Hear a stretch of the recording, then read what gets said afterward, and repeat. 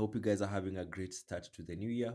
My name is Danny James, and in this tutorial I'm going to be breaking down some of the VFX from Burna Boy's bundle by bundle music video. Comes to class, I beat the chat. Chop this life, making no job, you my nigga. Have $1 million when I smile for the picture. That's why I don't put no eyes in my liquor. I mainly want to break down this scene over here, which has this kind of infinity thing going inwards towards the center of the vortex. Just stay tuned in. I'm going to be showing you two other effects and then I'll get into this one just shortly. The first effect that I wanted to go through was this shot over here, which had these kind of clones or ghost trails following the artist. It's quite easy to do. You just need to have a roto selection of your subject. Here on my timeline, if I isolate this layer, I have a selection of DDG on a rotoscope. And right beneath that, I have everything else, which is the entire video together with the background. And all you're going to do on this roto layer is adding an echo, change the parameters, change the number of echoes to something like 3 or 4. Let's try 4. Change the echo operator to either composite in back or front, depending on the one that gives you a good looking result, depending on the footage. I think front will work better for this. And as you can see, we have these clones following him. You can change how spaced these clones are by changing the echo time. It's at negative 0.033. Try to maintain this value at negative 0.0 dash dash. So I'll put 0.066, and now you can see they are still following each other. Go to your decay and reduce it from 1 to at least around 0.9. You can go on longer if you want them to trail much longer. For this frame over here, it's only reading this error because it's reading the shot that comes before this. Easy way to deal with that is to trim down and the video just pops in like this. Okay, so that's quite easy. I'll go to the second effect, which was the mask effects, which were done on the face. Once you have your footage set up like this, find your masking tool. In this case, I'll find the rectangular tool under these pens. I'll take the rectangular tool, just zoom in. Before I do anything, let's just duplicate this layer, Control D. Let's name this eyes mask. So with our masking tool, which is on the eyes, we'll zoom in and then we'll draw something like this. Go back to your selection tool. You can even make these points longer if you need to, but I think now I have something good that I can start with. Hit M twice so that you can keyframe the mask path. Go every 2 frames or 3 frames and follow that movement. As you can see, I have a good selection of the mask and I've already tracked it. Just put those keyframes to easy ease. I can isolate this layer so that you can see exactly what you've done. I'll unisolate and come back to the normal view. Pre-comp this layer, eyes pre-comp, just leave all the attributes. Now you can hit S and scale this up just a little and then just recenter it near that area. Now if I scroll back, you can see the real effect and how it appears. So that's basically how to do this.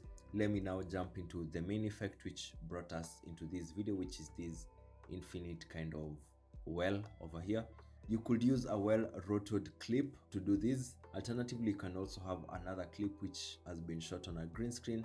I think generally that will make your work easier. So I have this clip over here. Let me delete this with a lady just on a green screen listening to music. The first step, create a new comp. Underneath your presets, just go for the 4K one. And then instead of having it to be rectangular or as a typical 4K video, just make sure the height and the width are all the same. So I'll put 3840 here. And now I have a square kind of timeline. I'll drop the clip right here inside this comp. I can scale it up just a little bit. Then go to my effects and add a key light, key out the green. I'll make about 4 or 5 duplicates from this clip, just splitting the layers. So I have about 5 duplicates of the same. Highlight on all of them, hit R. Let's try to rotate them at least. Let me try 50 for the first one, 100 for the second one, 150. Let's just go 200 and then 250. Then let's try spreading them. I'll also activate my transparency grid. I would also encourage having this title grid activated. I'm trying to put them around this cross in the middle. I'll hit U, collapse all these layers. At least for now you can see they're all in kind of a circular thing. I'll jump back to my project bin and then back to the main sequence, drag in this comp, which is the one which is in 4K. So I can see that it's already zoomed in since it was on a 4K timeline. Then you can cut it right here. Let's change the label color back to the red.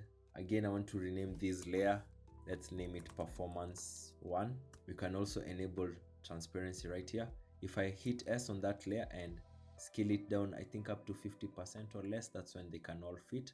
We need it to be at this 100, which is zoomed in almost completely. Hit Ctrl D, which will automatically rename the second duplicate to performance 2. Hit S, scale it down. Okay, I would also ensure this layer stays below performance 1. You can also hit R so that you can rotate it. So we can rotate it like this so that they don't look very identical per se. We can also mask it so that it doesn't have these rough edges. Upon isolating this layer, we can fetch this ellipse tool, draw a circle of some kind, and then move it towards the center. Then hit M twice, increase the feathering up to 100 plus, increase the mask expansion or reduce, depending on how you are finding it. I will unisolate so that you can see what's happening. With a bit of feathering, it becomes much more smoother than it was before. I will keep on doing this. Ctrl D, put that layer beneath this other one, hit S, scale it down more, and then you can also rotate it to alter with the perspective. It already has the feathering and the mask expansion added onto it. It's up to you to customize it how you find it best. With 3 layers, you can see what we are starting to make. I've gone back to my layer 2 and increased the size just a little bit. Now I think we can add one last one. On the 4th duplicate, I'll hit S, make it smaller, and I think now you do get the gist of things. Rotate it just a little bit so that it has a better perspective. And if we remove the transparency, we do have that kind of infinity thing going on. So it's up to you to find your best ways to customize these and make it look as believable as possible. Next thing is adding some camera controls. As you saw in that shot, it had this little bit of angling and it could also zoom in just a little bit. To do this, I think you need some space right here. Right click and add a new camera. For a camera to work, your layers need to be in 3D. So toggle between switches and modes and make sure the 4 duplicates are in 3D. On the camera, just add all the keyframes for this. It will start here, then along later towards the timeline, you can hit C to toggle between the different modes, and then you can zoom in just a little bit. Use C to change your controls and to zoom into the area that you want. So as you can see, this ensures that you are consistently zooming in. Make sure all your keyframes are on easy ease by hitting F9. One of the things that I also saw on that shot is that the camera angled a bit towards the beginning. So what you can do is that right on this first keyframe, find the Z rotation. I can see my Z rotation here. Click on it and just rotate it a bit so that it doesn't start on the default.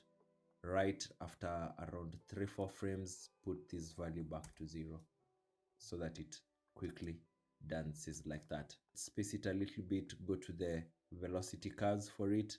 Make sure it's fastest towards the beginning like this. Yeah, so this is what exactly I saw on this video. The last thing maybe I would add on to this would be a small color grade. So I'd add an adjustment layer to this shot. Just a little bit of contrast should help sell this idea better. So now we have something that goes on like this, and that's the basic mechanics for this. Those are some effects that I could break down from this video. If you do have any other suggestions that you have, feel free to leave them down on the comment box, and I'm happy to have a back and forth with you guys. As always, the easiest way to support this channel is to visit my website at dannyjames.co. I have some cool presets and packs that should level up your editing and speed up your workflow in case you're interested.